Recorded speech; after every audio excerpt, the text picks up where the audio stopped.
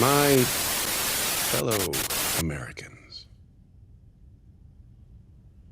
happy Easter. Now Easter may already be over, but the boys decided to give us a gift anyway, and that was in the form of the finale. And guys, I was really wrong. In one of my previous videos I tried to predict the ending of The Boys, and although I did kinda get some parts right, other parts were just completely wrong. Before I start, for those who are new, hi again, I'm Shahir, and let's dive into it. Obviously, spoilers up ahead. Unlike other videos, I'm gonna start this off by addressing all the bad stuff and then get into the good stuff, cause there's actually more good stuff than people are willing to portray. I guess controversy does sell. But let's start off with the first thing I didn't like about the finale. I hated how they made Frenchie's posthumous will a joke about assholes. That was just messed up. They really crossed the line with that one, especially considering it's meant to be a sad and solemn moment. But maybe I need to loosen up a little. A wrong choice of words there, but you get what I mean. Another thing I want to address is the inclusion of the Gen V characters. It just felt like it was a really unnecessary addition, and I hated the redhead who was literally just talking for the sake of talking. Maybe Crip K could tell us what Soulja Boy is up to, instead of giving characters with no contribution to the ending unnecessary screen time. Come on guys, we've been doing this for years now. Moving swiftly on, I appreciate that not many of you watched my prediction video. Fakes. So I'll really quickly summarize what I thought would happen, compared to what actually happened. So I thought this would end with Homelander ending himself. Now hear me out. The 4 Stormfront plot was one of the main reasons why I thought this. I thought Soulja Boy would be genuinely pissed how Stormfront ended alone, abused and disrespected. So Soulja Boy comes up with some master plan where he deletes Homelander's superpowers after letting him believe that he is a new god and allowing him to have this pathetic and delusional mindset. And then at the peak of his success, Soulja Boy would blast Homelander and make sure he will fully be able to experience the consequences of being a normal human being, emphasizing how Homelander is nothing special without his powers and just a piece of shit. Then Homelander will commit not live anymore not long after, dying like Stormfront as Soulja Boy wanted. In hindsight, I probably shouldn't have given so much credit to Soulja Boy. Now, obviously, nothing near to this shit happened. The Stormfront plot, a complete red herring. And Soulja Boy was put out of commission in episode 7. So it should have been clear that he wouldn't be central to the plot. So much so that he wasn't even in the finale. Jeez, Kripke, you didn't have to go that far. I mean, I know you want me to be wrong and all, but damn. In all seriousness though, what happened to Soulja Boy, man?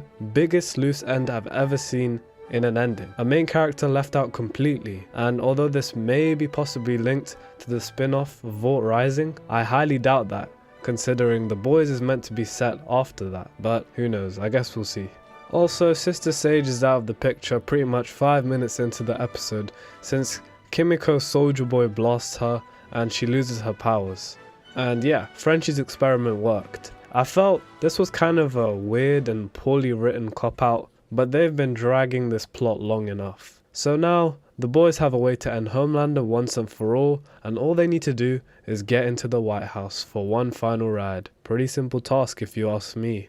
And so in the weirdest turn of events, Ashley helps the boys break in the White House, Starlight basically kills the Deep, and MM kills O-Father, then Butcher and Ryan as well as Kimiko end Homelander once and for all. Wait a minute. This is starting to sound familiar. Okay, damn. Looks like a random Redditor basically predicted the entire ending in my last video, and my prediction was absolute shite. Man, why do I even try this shit? Sorry about that. Let's be real though, this was probably a more satisfying watch in terms of the ending of Homelander, since we see him reduced to literal blood and bone. And so he's finally like everyone else. And the things he says just to slither out of his death is just like, damn, this guy really is nothing without his powers. Second, shit on life, dude. But just as we relax and get to kicking it back with the boys, we have an interesting conversation between Ryan and Butcher, where Butcher wants to have a fresh start with Ryan and Tara, but Ryan rejects him. Kinda harsh in my opinion, but he is right in saying that Butcher and Homelander are both bad people, and it would be in Ryan's best interest to steer clear of Butcher. After this, it's pretty clear that Butcher's kinda shaken, but even after that, he's hit with another tragedy. Terra's gone. After losing the two things he cared about in the world, he goes to do what he does best, which is destroy. Butcher is a really interesting character because throughout the entire series, you never know what side of the spectrum he falls on, good guy or bad guy. I mean, obviously, no one really falls in either completely, and he's acting in the best interests of humanity as a whole. But is he doing it for everyone else, or just for himself, so he can exact his own revenge? That's what this last scene really makes me think about.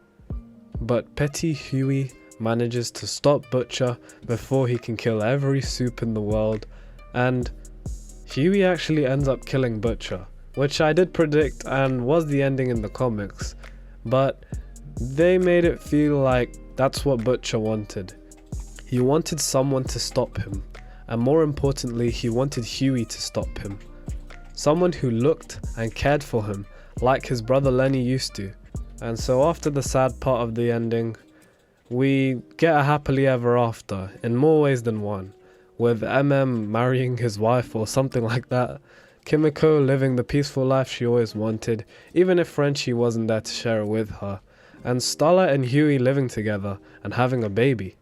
In terms of Sage, no clue where she went. In terms of Soldier Boy, again the audience have no clue, and pretty much all the other soups that are running around are still just out there, well, running around.